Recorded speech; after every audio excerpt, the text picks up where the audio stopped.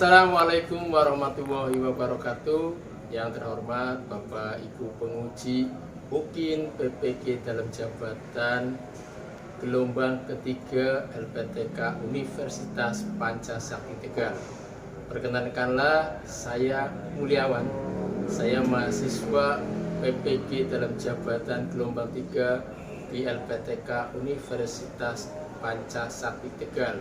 Saya mengajar di bidang matematika di SMK Islamiyah Adiwarna Kabupaten Tegal.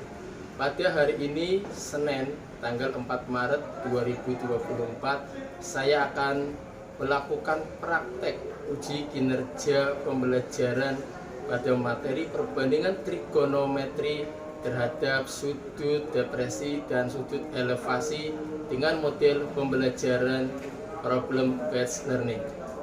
Mau tahu videonya seperti apa? Kita saksikan bersama.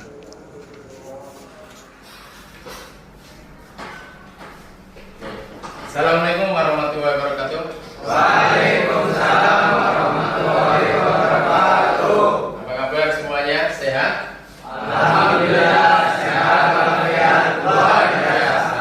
Alhamdulillah. Kelas dulu untuk 10 TK 1.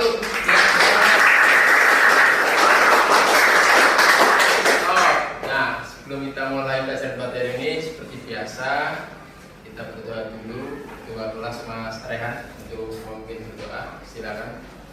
Ibu duduk siap, nah berdoa mulai. Bismillahirrahmanirrahim.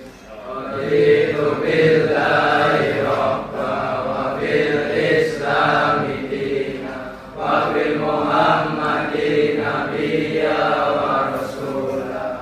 Rabbi zidni ilma warzuqni fahma. Amin. Memberi salam. Assalamualaikum warahmatullahi wabarakatuh. Waalaikumsalam warahmatullahi wabarakatuh. Ya, selanjutnya saya akan mengecek satu persatu yang keberatan nampaknya ini ya. Saya absen dulu ya. Ahmad Rizal Muhaimin. Betul Pak. Bagas Maulana. Betul Pak. Bayu Wiro. Betul Pak. Kenapa Mas Alif?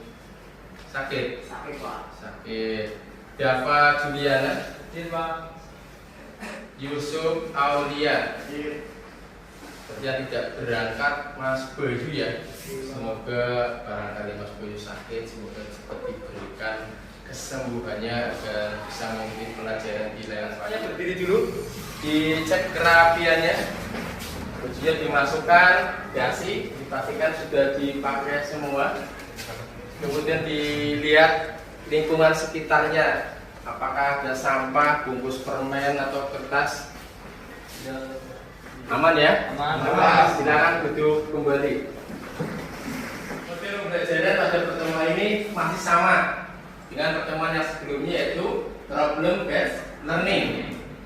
Pada problem based learning beberapa langkahnya. Yang pertama yaitu mengorientasi masalah. Yang kedua mengorganisasi peserta didik. Yang ketiga membimbing penyelidikan. Yang keempat menyajikan hasil karya. Yang kelima adalah menganalisa dan mengevaluasi. Jadi pada model pembelajaran aturannya masih sama pada pertemuan selanjutnya. Nanti setelah ini saya akan kasih permasalahan. Nanti kalian akan dicoba untuk mencari solusinya. Nanti masalah tersebut akan saya sajikan bisa melalui LKPD atau lembar kerja peserta didik yang nanti akan kalian diskusikan secara berkelompok. Saat berdiskusi, yang susah nanti ditanyakan. Dan waktunya seperti biasa hanya 10 menit. Nanti setelah selesai waktu 10 menit, perwakilan kelompok menyajikan dan mempresentasikannya. Setelah itu ditutup dengan yang terakhir adalah menganalisa dan mengevaluasi. Jelas ya?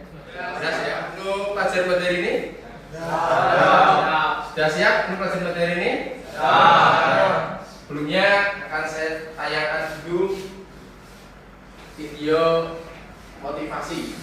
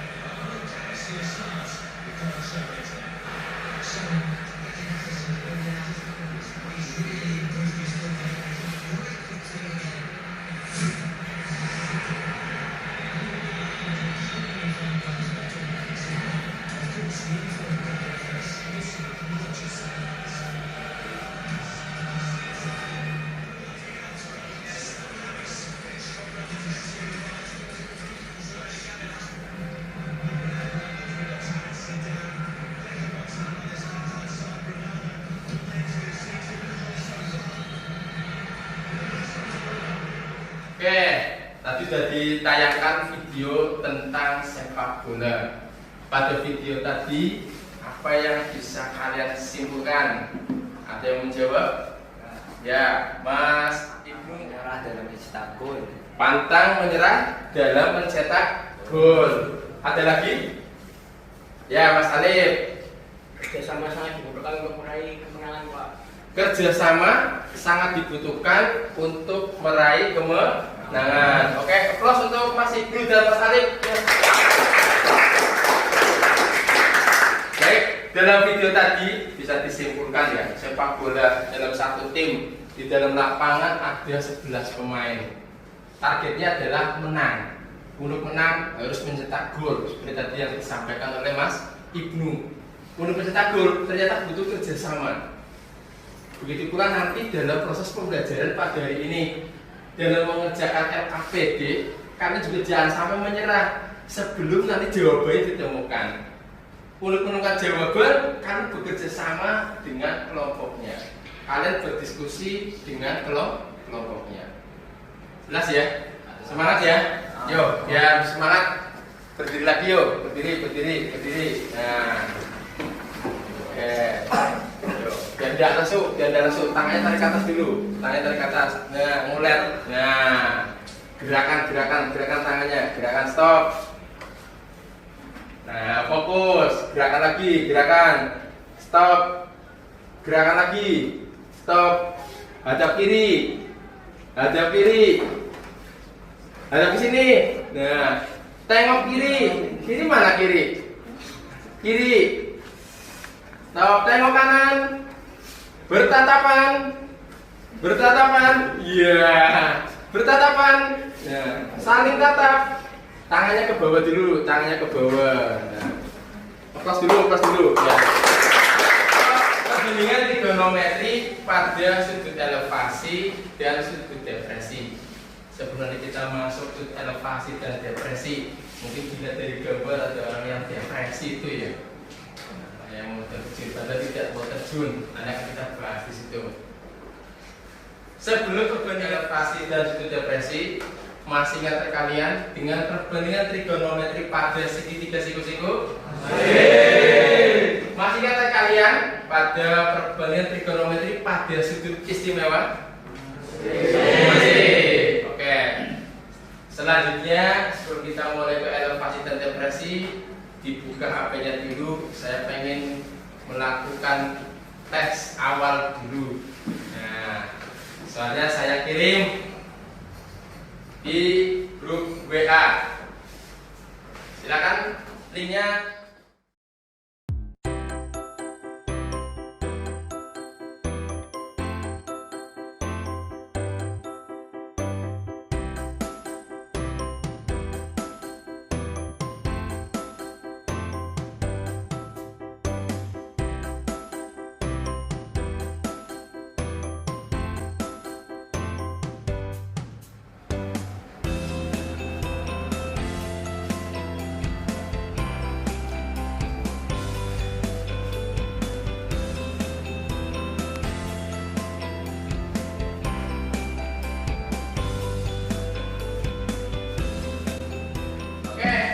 Selanjutnya perhatikan gambar yang saya tampilkan. Nah, ada berapa kolom data yang bisa dilihat? Ya, Mas Alif. 2 Pak. Apa saja Mas Alif? Sudut sama kaki, segitiga sama kaki sama segitiga siku Pak. Nah, ada bangun data yaitu segi 3. Aplaus dulu untuk Mas Alif. Bisa terbentuk 2 segitiga. Mungkin Mas Alif menerapkan tadi kalau keseluruhannya adalah sama kaki, ya. Atau bisa kita belah lagi, ternyata kedua-duanya adalah sama-sama segitiga siku. Nah, dari segitiga itu kira-kira apa yang bisa kalian ukur? Misalkan kamu jadi ini nih, misalkan ini Mas Alif. Mas Alif setelah melihat ada pesawat, ada hewan di bawahnya, apa yang bisa kalian ukur? Ketinggian sama jarak. Apa? Ketinggian sama jarak. Ketinggian atau jarak. Ketinggian berapa sih jarak pesawatnya? Atau berapa sih jarak dari Mas Alif sampai pada nanti titik pusat yang akan ditentukan? Sebelum kita mulai, nah silakan perhatikan dulu video. Assalamualaikum warahmatullahi wabarakatuh. Bersama saya Mulyawan. Mari kita saksikan penerapan sudut elevasi dan sudut depresi pada video berikut.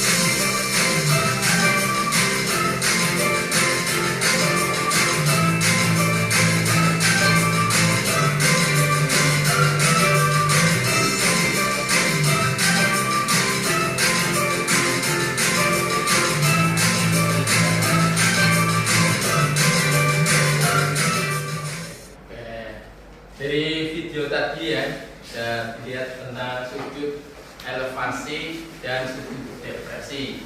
Tadi sudut elevasi terlihat, misalkan mau mengukur ketinggian pesawat, ternyata bisa diukur nanti dengan menggunakan program trigonometri. Yang sudutnya namanya sudut elevasi. Elevasi tadi mengukur tinggi gedung. Kemudian kebalikannya, saat kita yang berada di atas, misalkan tadi saya sengaja naik pesawat tuh, saya buat video tadi, saya buat naik pesawat dulu, ya, untuk mengetahui dengan mengukur yang namanya sudut depresi. Selanjutnya yaitu tentang manfaat mempelajari konsep sudut elevasi dan sudut depresi. Yang pertama, bisa menentukan ketinggian pesawat atau gedung yang diamati dari bawah. Yang kedua, menentukan jarak suatu benda yang diamati baik dari atas gedung maupun dari atas pesawat. Setelah manfaat, selanjutnya adalah gambarnya juga saya buat tentang pesawat dan gedung. Seperti nanti seperti pada program based learning, saya membuat mengasihkan suatu masalah. Nah, nanti kalian yang pertama mau mendeskripsikan ini termasuk elevasi atau depresi ya. Yang kedua, setelah kalian tahu itu elevasi atau depresi, kalian mampu menentukan nilai perbandingannya. Misalkan mencari ketinggian ataupun mencari jaraknya. Kita saksikan dulu bersama orientasi masalah yang berkaitan dengan perbandingan trigonometri pada sudut elevasi dan sudut depresi. Definisi apa sih yang dimaksud dengan sudut elevasi dan sudut depresi? Nah, sini ada gambar orang bawa kamera. Jadi mengapa saya gambarkan orang bawa kamera? Karena ini ada kaitannya dengan cara memandang atau arah pandang. Nah, jadi kayak gini. Nah, misalkan kita memandang, kan ada namanya garis horizontal ya, kalau kita kaitkan dengan pandangan, jadi garis horizontal mata. Jadi kita melihat lurus ke depan, namanya garis horizontal. Nah sekarang pada saat kita melihat sesuatu yang ke atas ataupun ke bawah, maka itu akan membentuk sudut antara arah pandangan dengan garis horizontal ini. Nah itulah yang akan membentuk yang namanya sudut elevasi dan sudut depresi. Nah pertama, misalkan kalau aplikasinya kayak gini. Misalkan kalian ingin menentukan tinggi sebuah pohon, atau tinggi sebuah tiang, tinggi sebuah gedung. Kan dengan teknik ini, dengan bantuan sudut elevasi dan sudut depresi. Jadi ini karena kita amankan atas itu kita bantuan sudut elevasi ya. Nah, nanti besar sudutnya, sudut elevasi itu bisa dihitung dengan menggunakan bantuan yang namanya manometer, alat untuk menghitung sudut. Nah, jadi penerapannya kayak gini. Jadi misalkan ini ada orang, habis itu dia berdiri dengan jarak berapa dari pohon, di situ dia memandang ke arah ujung pohon. Nah, sehingga di sini terbentuk segitiga. Nanti segitiga adalah segitiga siku-siku. Sehingga di sini teori dari trigonometri, perbandingan trigonometri pada segitiga siku-siku bisa kita terapkan. Nah, nanti aplikasinya bagaimana? Nah, misalkan secara sederhana, misalkan orang ini memandang memandang puncak pohon, misalkan pada sudut elevasinya ini 30 derajat misalnya. Dan orang ini jaraknya dari pohon misalkan 6 meter. Tinggi orangnya misalkan 170 cm. Kalau sudut elevasinya 30, berapa sih tinggi pohonnya ini? Nah, nanti dengan trigonometri segitiga siku-siku nanti bisa dihitung. Ini berapa? Nanti yang ini dia sama dengan tinggi orangnya. Nanti kalau kita pakai meter, ini kan 1,7 meter. Nah, maka kita kira 6 meter kan? Nah, nanti hitungnya pakai apa? Ini ada sudut 30 yang diketahui ini 6 meter. Nah, dengan teori di segitiga siku-siku, kalau sudutnya di sini, yang 6 meternya apa? 6 meter ini kan sisi samping. Nanti yang kita cari sisi ini, sisi depan samping. Di orientasi masalah ini, nah, tadi juga sudah diberikan ya di pengertian awal tentang sudut elevasi dan sudut depresi. Oke. Dari permasalahan yang tadi terbentuklah suatu gambar segitiga siku-siku. Misalkan seorang pengamat akan mengukur tinggi pohon. Ini termasuk sudut elevasi apa sudut depresi? Sudut elevasi. Oke, plus dulu untuk tekad 1.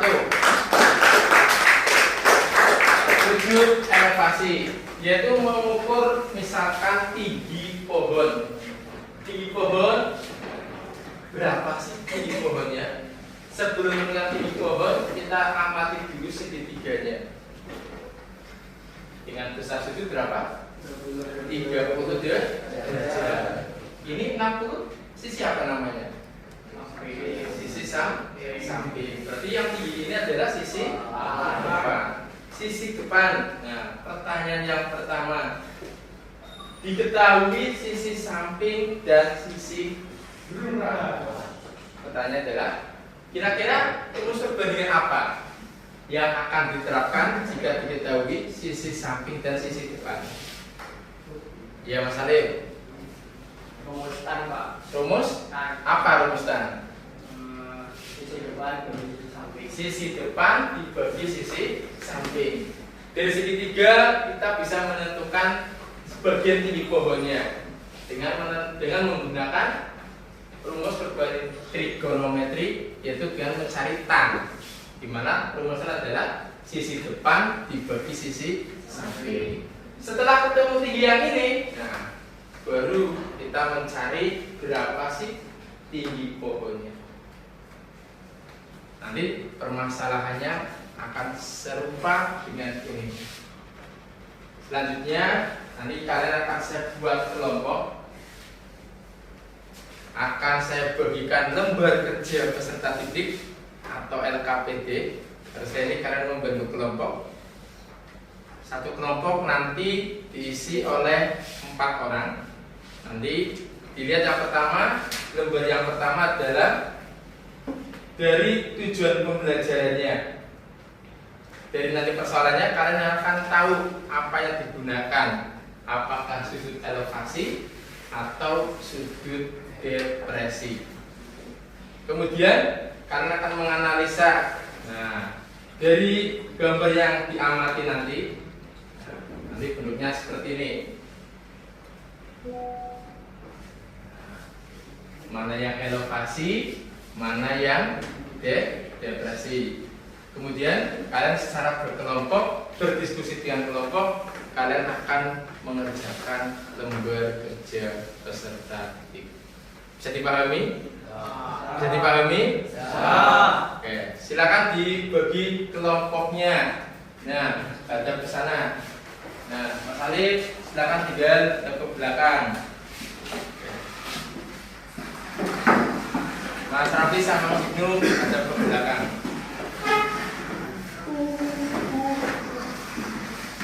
Saya berikan lembar kerjanya.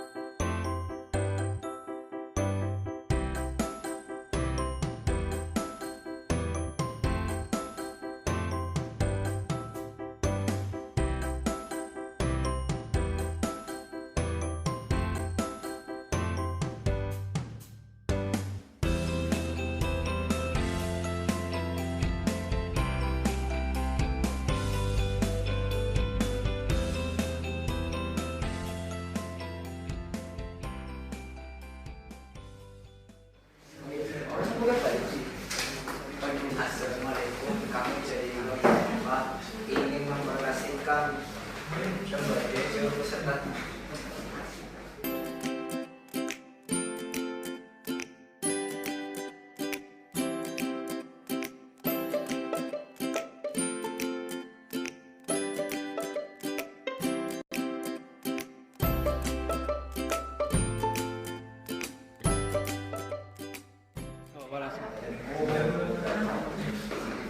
Yang keras. A konstan A derajat sama dengan 60 derajat tan A sama dengan sisi depan dibanding sisi samping tan 60 derajat sama dengan sisi depan dibanding 40 tan 60 derajat sisi depan dibanding 40 akar 3 sama dengan sisi depan dibanding 40 sisi depan sama dengan akar 3 dikali 40 sisi depan sama dengan 1,73 dikali 40 sama dengan 69,2. Jadi tinggi gedung adalah 69,2 M. M-nya apa itu? Meter. Aplaus dulu untuk kelompok Pak. Disampaikan bareng aja yang mau bertanya. Ada yang ditanya-tanyakan. Ayo Mas Alif. Oke, Mas Alif. Tanya aku Mas Alif. Kenapa angka 3 sama dengan sisi depan dibagi 40? Kenapa sisi depan sama dengan angka 3 dikali 40? Karena akar 3 diperoleh dari sisi depan dibagi 40. Untuk mencari sisi depan menggunakan akar 3 dikali 40. Setuju Mas Alif? Setuju. Nah, aplaus untuk kelompok Mas Alif yang sudah bertanya. Sebenarnya pertanyaan pemancing ini ya. Sebenarnya Dan Mas Arif tes saja nih kelompok 4 mampu enggak untuk menjawab dengan lisan atau mendeskripsikan. Ternyata Mas apa namanya? Mas Rafli bisa dengan lantang untuk menjawab masuk pertanyaan dari Mas Alim. Silakan yang lain. Cukup ditutup aja. Demikian dari presentasi kami. Saya akhiri. Wassalamualaikum warahmatullahi wabarakatuh. Waalaikumsalam warahmatullahi wabarakatuh. Pada penyelesaiannya, ya, ada yang namanya sudut elevasi dan sudut depresi. Depresi jika dari atas ya, pandangannya ke bawah. Yang dicari adalah berapa sih tinggi gedung ini? Tinggi gedung. Maka langkah yang pertama dicari dulu sudut yang dihasilkan dari tinggi gedung ini dan jarak penglihatannya, yaitu siku berapa derajat? 90 derajat dikurangi sudut depresinya 30, sehingga diperoleh adalah sudutnya 60. Itu memaksimalkan ya berkaitan dengan elevasi dan sudut depresi. Silakan kalian siapkan lembar tugas ya, kerjakan asesmen sumatif yang nanti saya bagikan melalui grup Classroom. Silakan disiapkan lembar kertasnya, kemudian soalnya saya bagikan.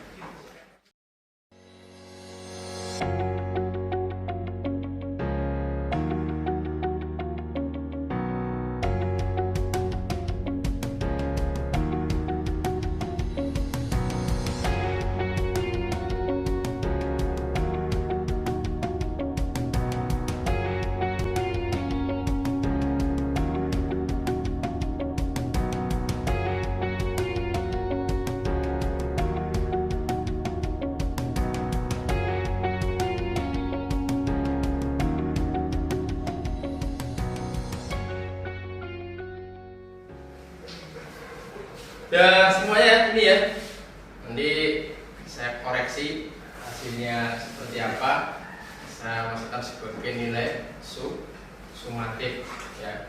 Berkaitan dengan pembelajaran hari ini tentang sudut elevasi dan sudut depresi, ada yang berani menyimpulkan? Ya, Seorang pengamat melihat pesawat berbau. seorang pengamat Melihat pesawat melihat dari bawah, pengamatan dari bawah dengan pandangannya ke atas, namanya sudut elevasi.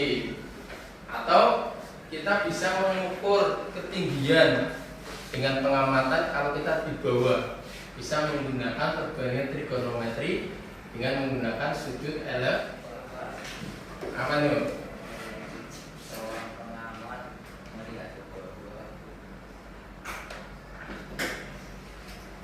Seorang pengamat melihat ke bawah. Ya. Jadi dalam kehidupan sehari-hari atau dalam kehidupan nyata, misalkan kita menjadi seorang pengamat, kita mau melihat ketinggian gedung, kita melihat ketinggian pesawat ataupun benda yang lain, atau mungkin kita berada di atas gedung, atau mungkin kita berada di atas pesawat, kita mau melihat jarak benda yang ada di bawah, atau mungkin yang paling sederhana saat kita jalan-jalan ya, kita melihat di atas ada genteng, ada tiang, ya kan? Atau di bawah ternyata melihat uang, kan tidak mesti kita harus posisinya di atas. Ya, saat kita berjalan kita melihat ke bawah ada selembar uang. Nah, kita bisa menentukan berapa sih jaraknya antara sudut pandang kita dengan benda tersebut. Selanjutnya sebagai penutup sebelum nanti kita akhiri ya, dari pembelajaran hari ini tentang perbandingan trigonometri pada sudut elevasi dan sudut depresi, seperti biasa saya menggunakan lembar refleksi. Nah, Silakan dipilih, ada 5 soal ya, 4 ada 4 soal. Silakan kamu pilih, kamu centang, jangan lupa dikasih nama.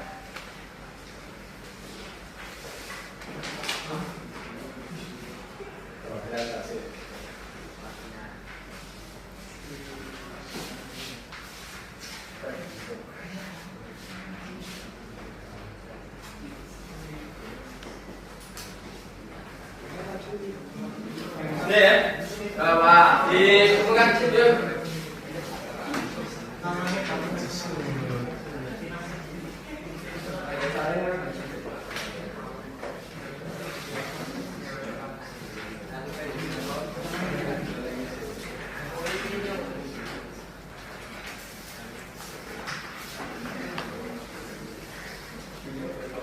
Ya belum ada.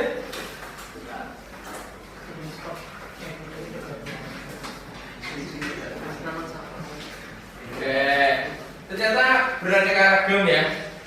Saya bacakan beberapa saja di sini. Ya, seperti ini. Mas Ibu, ya.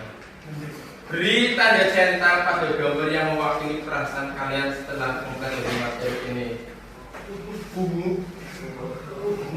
Memang membutuhkan ya pemikiran yang ekstra ya, pemikiran yang berpikir kreatif yang kritis ya, meskipun buktinya akhirnya bisa mengerjakan ya.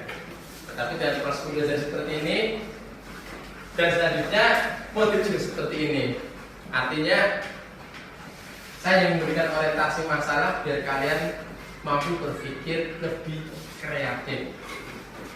Kegiatan apa yang paling berkesan menurut kamu dalam proses pembelajaran ini saat mencari sudut elevasi dan sudut depresi? Bisa berdiskusi ya. Kepada siapa kamu meminta bantuan untuk lebih memahami materi ini? Kepada Pak Guru ya. Kemudian orang sih ini Pak Guru. Baik, untuk mengakhiri ya, sebelum saya tutup, nanti kalian kerjakan soal pada buku paket pada halaman 237 pada uji kompetensi diri yang keempat. Nanti jadi foto soalnya, kemudian ditulis, disalin di rumah, dikerjakan sebagai tugas rumah. Pertemuan yang akan datang dikumpulkan. Dan pertemuan hari ini mudah-mudahan bisa bermanfaat ya, bahwa perbandingan trigonometri ternyata bisa diterapkan dalam kehidupan sehari-hari. Misalkan pengukuran suatu benda, jarak, tinggi ataupun yang lain sebagainya. Mudah-mudahan setelah pembelajaran hari ini ke depan kalian lebih bersemangat, syukur-syukur bisa lebih cinta dan suka dengan pelajaran matematika. Karena matematika akan terlihat pusing kalau kita hanya tahu saja, hanya mengenali saja ya. Kalau kita tidak memahami matematika pasti akan kelihatan pusing. Setelah kita pelajari dan belajar bersama-sama, ternyata matematika bisa kita kuasai. Belum pulang, mari kita tutup. Mas Rehan sebagai ketua untuk memimpin doa pada hari ini. Silakan Mas Rehan. Sebelum pulang, alangkah baiknya membaca doa. Membaca doa mulai. Bismillah.